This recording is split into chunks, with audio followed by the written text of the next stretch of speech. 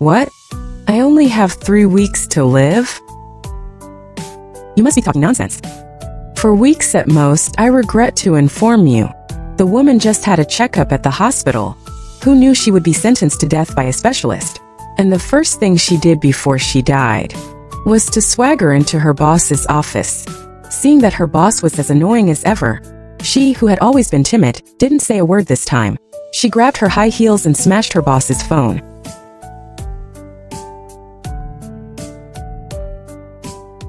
That's a $400 phone.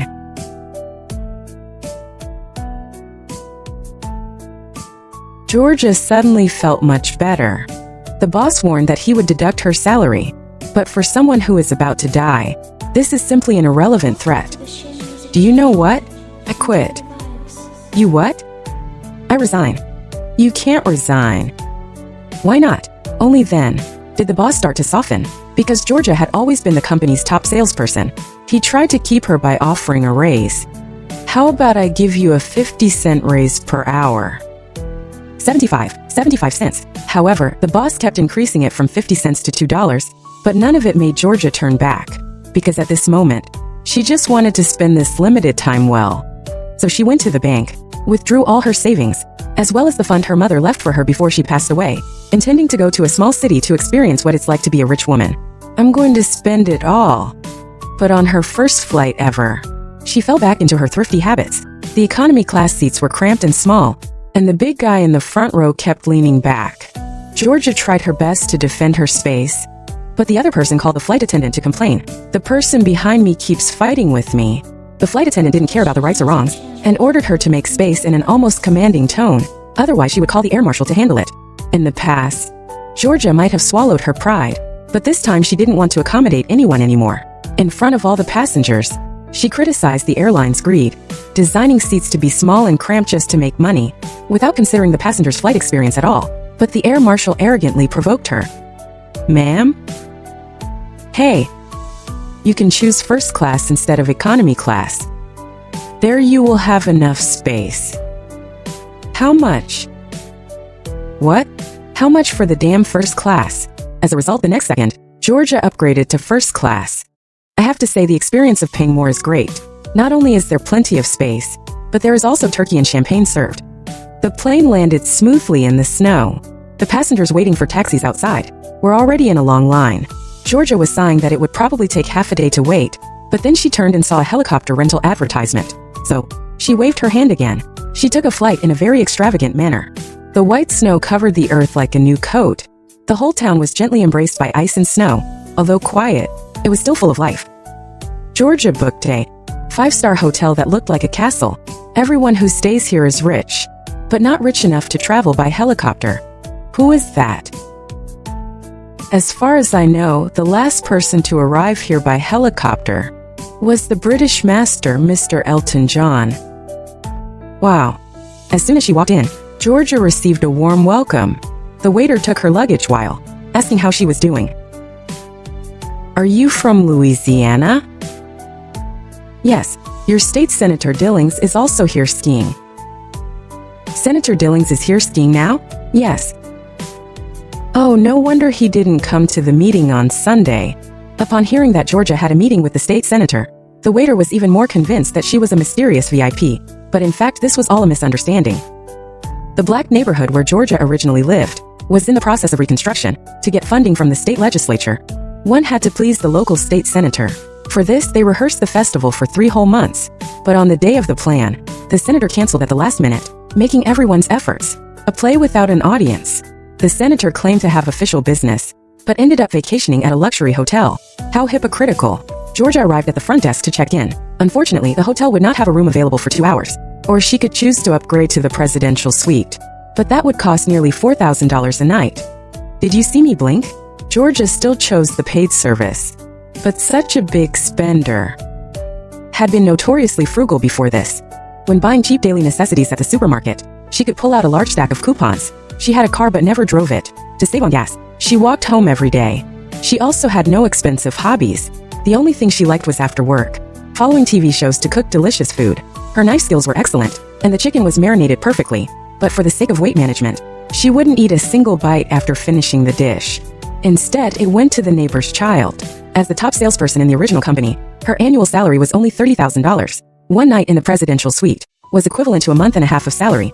There was a colleague in the company named Sean, who was Georgia's longtime crush. But being clumsy and timid, she never dared to initiate a conversation. When they rarely had a chance to talk, it was just awkward small talk. "Can I buy this grill at the employee discount price?" "Of course, you can certainly get a discount. But I already sold you a grill last week." "Yes, but that was a charcoal brazier for travel." "Someone should have told you. You only need this if you have a lawn or a backyard." But actually, Sean has feelings for her too. It's just that for two introverted people, confessing their feelings to each other really takes a lot of courage. "I was thinking if you are free, I thought maybe we could." "Oh, sorry, I'm coming." Georgia. This blow knocked Georgia unconscious. Sean carried her to the hospital for an examination, but accidentally they discovered a terminal illness. That night, she flipped through her book of dreams, regretting that she had missed out on so many delicacies, regretting that she had never set foot in the sacred places in her heart, and regretting that she hadn't gone to see the celebrity chef she had long admired. Therefore, she decided to use the last 4 weeks of her life to make up for the regrets of the first half of her life. When Georgia upgraded to the presidential suite, the lobby manager immediately came over to greet her. But as she turned her head, she saw the chairman of her former company actually appearing here as well. "Matthew Cragen. Do you know Mr. Cragen? We are honored that he comes to stay with us at this time every year. So the chairman is a regular here. He is full of spirit, a cover figure for business magazines, and usually associates with powerful officials. He even has a beautiful secretary by his side. Go upstairs and change into a sexier outfit." Clearly, the secretary is a bit reluctant, and Georgia stepped forward and said, "To tell you something that might comfort you, his fourth quarter sales were terrible." "Who is that person?" "Oh, she is Ms. Byrd. Very wealthy from Louisiana. She and Senator Dillings were supposed to have a very important meeting." Through word of mouth, the misunderstanding was constantly magnified, and Georgia, being new here, didn't know the rules yet. The tip she gave left the waiter stunned. "Did I tip too much?" "No, ma'am." "Now this is enough." Now he was even more convinced that Georgia was a big shot. Looking at the beautiful scenery outside the window, it felt like being in a fairyland. Afterward, she went to the fashion store downstairs, intending to dress herself more elegantly. As the saying goes, clothes make the person. With the help of those stylish designer brands, Georgia's aura improved significantly.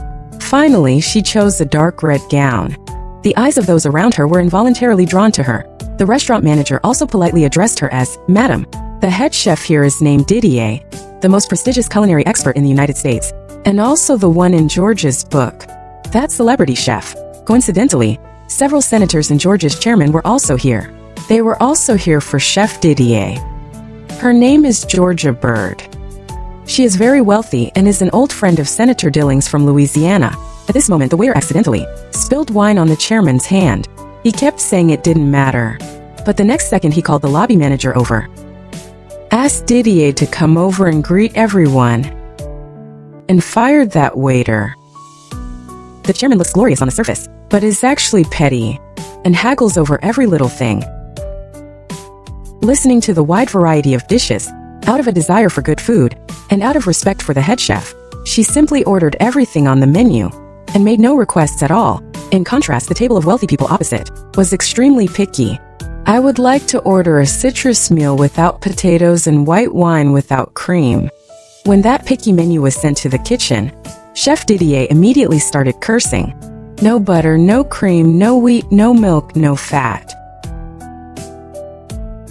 They might as well not eat anything at all. But the next second, he turned from anger to joy, because Georgia's menu not only had everything, but also made no requests. He felt this person's respect for fine food, so he personally cooked every dish for Georgia, and even came up from the kitchen to talk to her. And Georgia's knowledge of food was not low either.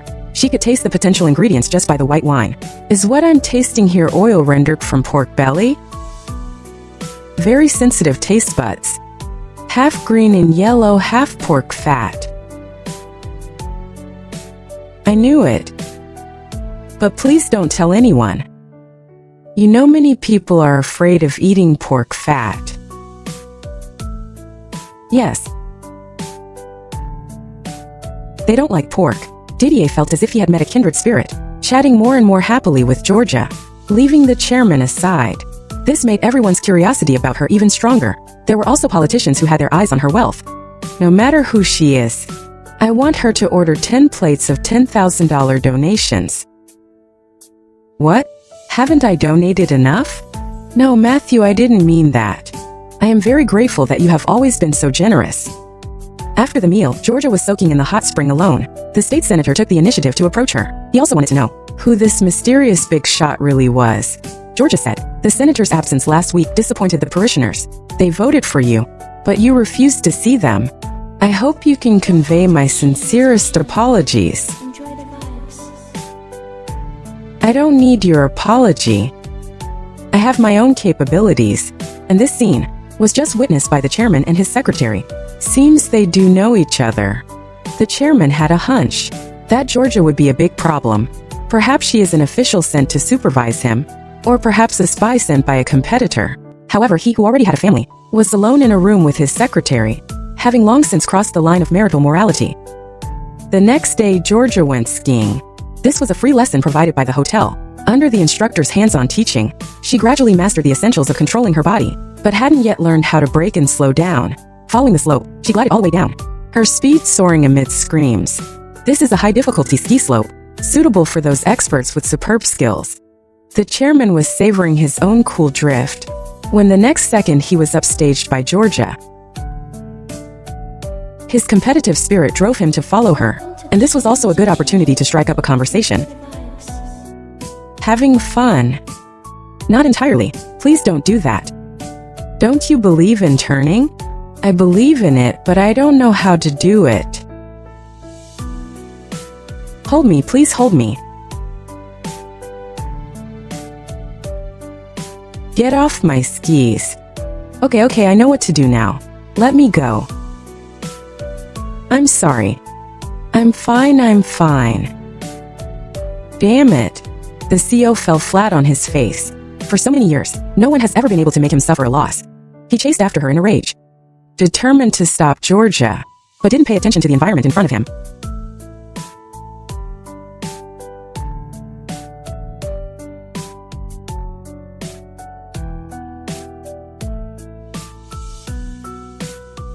Get out of here. They shouldn't have let you into the mountains.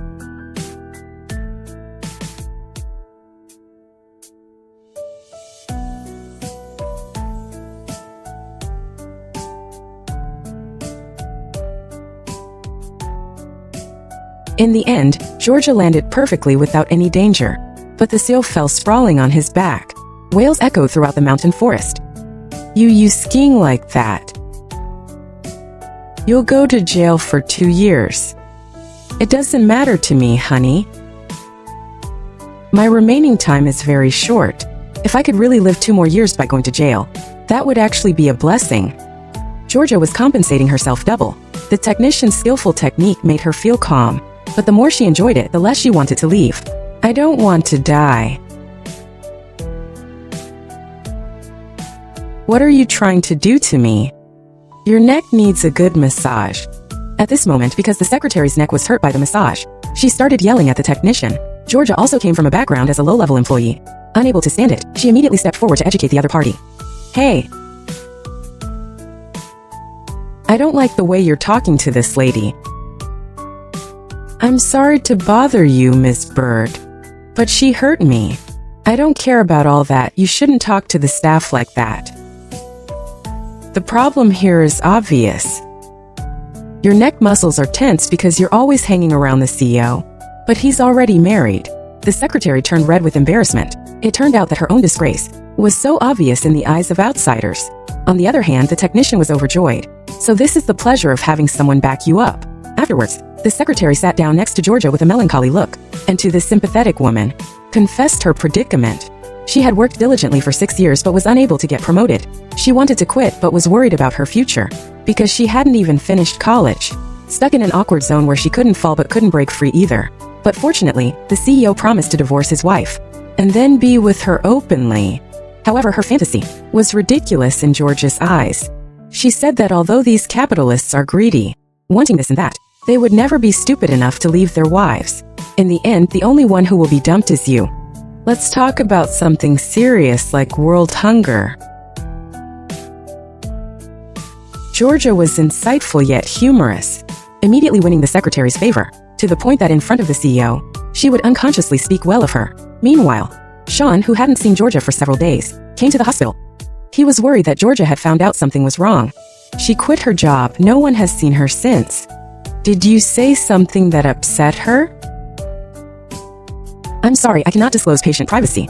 I'm very sorry. You must tell me. Okay. Sir? Tell me. Georgia Byrd is dying. Sean immediately went to Georgia's home, but it was already empty. At this moment, the neighbor's child who heard the noise recognized the stranger at a glance. Oh, you're that guy. You're that man with hope. You're in the book. What? What book? What are you talking about? It turns out Georgia had saved Sean's photo into her book of dreams as well, and even made a collage of wedding photos.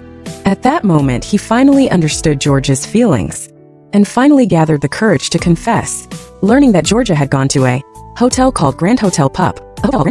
He immediately boarded a flight to the Czech Republic. Even his fear of heights could not shake his determination. Meanwhile, Georgia was invited by the senator to join their dinner. The CEO looked very reluctant, but the next second, the hotel manager told her that Chef Didier had reserved a table for her. Wow, thanks. Wow, thanks. Why don't you come and sit with me?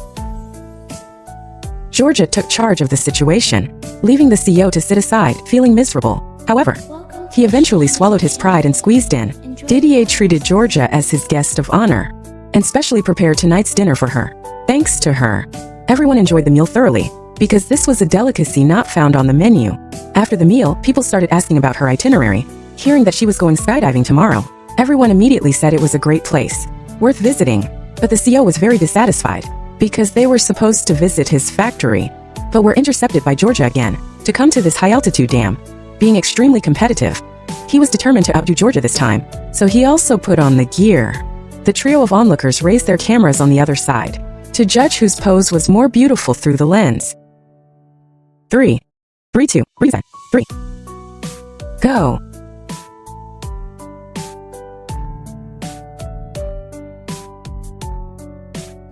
This moment, it felt as if the whole world had been muted, with only the sound of the wind whistling past.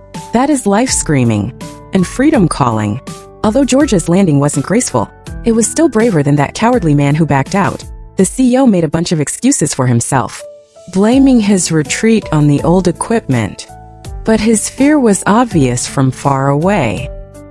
Afterward, the CEO became the laughingstock of everyone, because the laundry staff discovered he had wet his pants.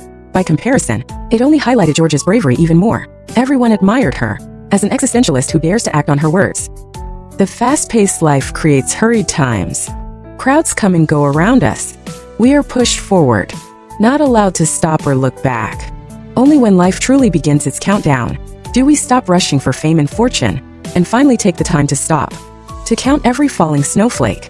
It's a pity that the snowy scenery is like poetry, hard to enjoy again. The remaining life is fading, and wishes are hard to fulfill. If you are reading this letter, it means my illness has gradually worsened. Enclosed is the money for my funeral.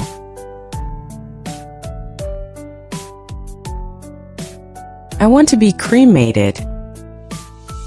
I have had no freedom in my life, and I don't want to be locked in a small box without freedom after I die. After writing the suicide note, Georgia went to the casino.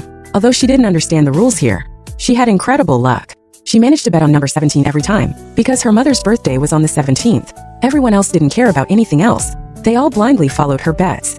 Only the CEO acted differently. He bet on the opposite side. He didn't believe the same number could win every time. But that was exactly what happened.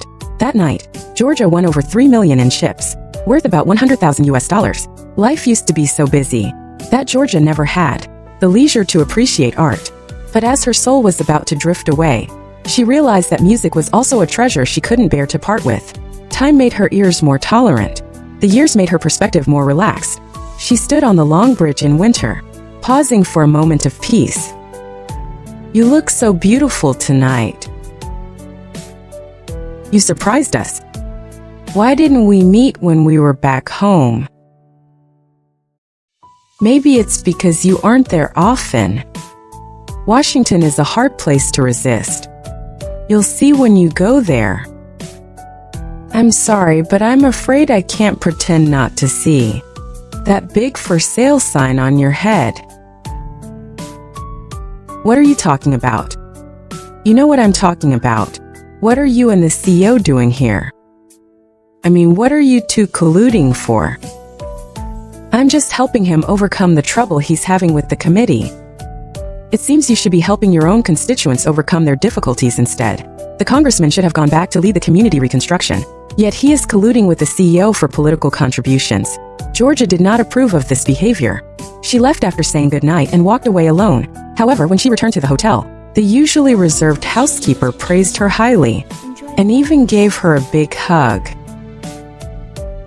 "Miss Byrd, please don't die. I saw your letter." It turned out the CEO had bribed the housekeeper with a tip to sneak into the room and find out Georgia's identity. But she accidentally found that suicide note.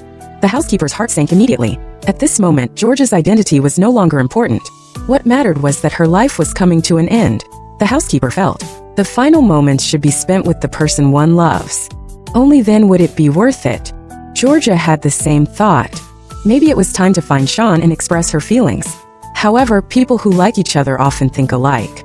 At the same time, Sean had crossed the ocean and arrived in the Czech Republic. Thank God for the safe landing. Love is a kind of courage. It can make someone with a fear of heights get on a plane to go abroad. Love is also a kind of tacit understanding. It led two people with a spiritual connection to the same path. Sean took a small red car up the mountain. Georgia took a luxury hotel car down the mountain. Unsurprisingly, they would likely pass each other by. However, a sudden avalanche blocked the roads on both sides. Helpless, Georgia had to return to the hotel for the time being. And after paying the fare, Sean resolutely chose to walk up the mountain. On the other side, the CEO found the housekeeper. But the housekeeper refused to reveal any information about Georgia, except for her job, her profession. "You should know she is your employee." Now wait. Is she my employee? That's all I know. And the only thing I can tell you. Here is your tip. The butler wanted him to know how petty and pretentious it is for a chairman to keep competing with his subordinates. How petty and pretentious it is. But the chairman, from the limited information available, found out Georgia's background. The kitchen was extremely busy today, because there was going to be a New Year's Eve dinner. Georgia, bored back at the hotel, volunteered to help in the kitchen. While cooking, Didier said something with a double meaning. Cooking is not about how you start, but about how you finish. "When I first saw you, I was very happy to see your positive attitude towards food and life.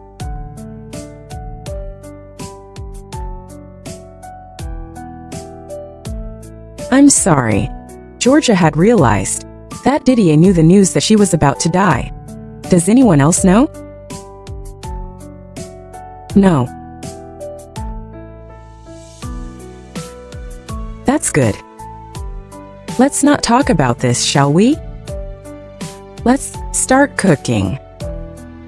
Mushrooms spin in the frying pan. Radishes are sliced into pieces. Fresh ingredients combined with seasoned culinary skills. Gorgeous dishes were placed on the table. Due to the avalanche, many people were trapped here today. This also led to the hotel's grandest dinner party ever. Didier, in front of everyone, publicly thanked Georgia for her help. She changed into a simple and elegant dress and smiled slightly at herself in the mirror. In the next life, let's do something different. Be happier and more loving. Let's go see the world. Don't be so afraid anymore. If there is an afterlife, perhaps we will love boldly. Go and enjoy pleasing ourselves. no longer struggling for a living, no longer hesitating for fear of being rejected. But what can be done now is only to enjoy every remaining second. However, the chairman was aggressive. At the dinner, he mercilessly exposed Georgia's identity. Just a nameless salesperson from one of his subsidiaries. And the salary is only $29,000 a year. Cheers to Georgia. Everyone was in disbelief. But Georgia stood up calmly and openly admitted it all. Chef Didier came up to stop him. He thought there was no need for Georgia to explain to them, but the chairman kept pressing, questioning why she created the persona of being a big shot. However, Georgia was sincere. Her extravagant spending was just to spend all her money because she didn't have long to live. But no matter what, she was still glad she came here and even made it onto the cover of a ski magazine. I never dared to imagine that I would spend the rest of my life in such a beautiful place, and did many things I didn't dare to do before. I'm sorry if telling the truth might have hurt you. But I wasted too much time being afraid to express myself. Maybe because of fear. But actually, many things we worry about in life are not worth worrying about at all. So, I hope I didn't ruin your dinner mood. And also, I sincerely wish you all a Happy New Year. Happy New Year. George's actions moved everyone. By comparison, it only highlighted what a jerk the chairman is. A jerk. That's a fitting description, my dear. The Chamber of Commerce president walked away. The state senator also left with a forced smile. Even his secretary looked at him with disdain. She is going back to school to get a business degree. And when the chairman finally divorces his wife one day, she will be happy to help him calculate how much of his assets he'll lose. At this moment, the chairman felt abandoned by everyone. As the New Year countdown began, they started to celebrate. Only he was left with nothing but strong liquor.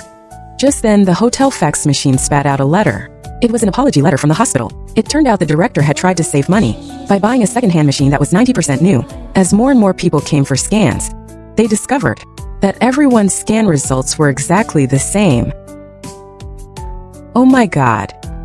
The doctor had camped outside her house for 3 days before finally learning the hotel address from the kid. However, Georgia was already standing on the window ledge, but she wasn't trying to end it all. The one who wanted to jump was the chairman. He couldn't accept this failure. A crowd quickly gathered downstairs. They want me to jump, don't they? Don't start trying to please everyone now. Matthew, come back. You know you won't jump. You're even afraid of skydiving.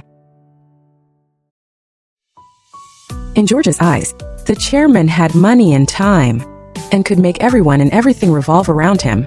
This failure was nothing at all. He might even make a comeback tomorrow. Looking at herself, she was just an ordinary person with little time left. She had no grand ambitions, and no extraordinary talents. She just wanted to marry the person she loved and start a family, and open a simple, ordinary restaurant. Yet, she still didn't have a boyfriend. Georgia. Before she could finish, Sean had already arrived downstairs. He had climbed the snowy mountain for a whole day, shivering from the cold. But fortunately, it wasn't too late. At least there was still a chance to confess to the one he loved. Georgia, I've thought a lot. I should have told you a long time ago. I don't know what I was thinking. But what I think doesn't matter.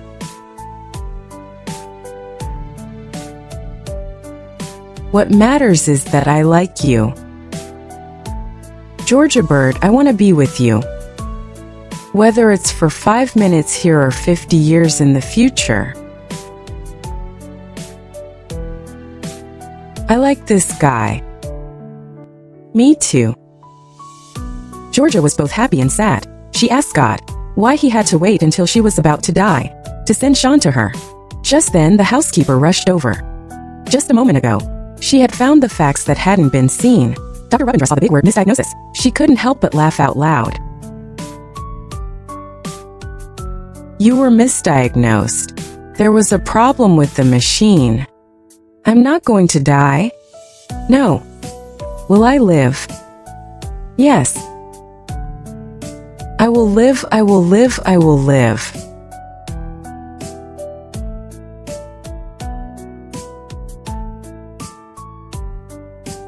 You won't take back what you said, will you? The part about 5 minutes, 50 years, and everything else you just said. No.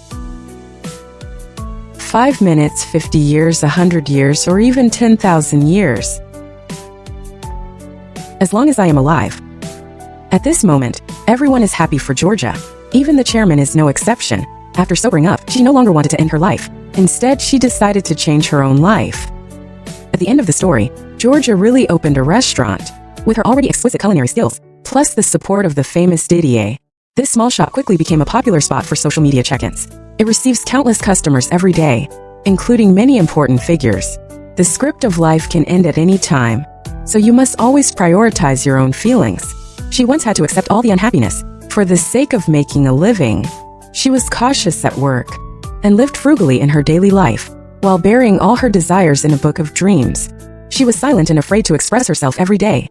Long in the future, yet unable to make changes, fantasizing that one day things would suddenly become spectacular. And isn't this the current situation for most of us? We all have a book of dreams, and we are all planning to head towards our final vacation, yet few dare to live with full passion.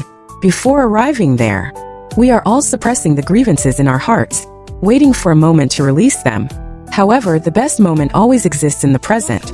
There is no need to wait until facing death to wake up and live, nor is there a need to spend lavishly to trade for happiness. You only need to, in your ordinary days, love boldly and act bravely. Always be positive. Always be confident and sunny, and you will be able to reap unprecedented satisfaction, as well as a book of reality filled with answers. Every moment of the present should be your final vacation.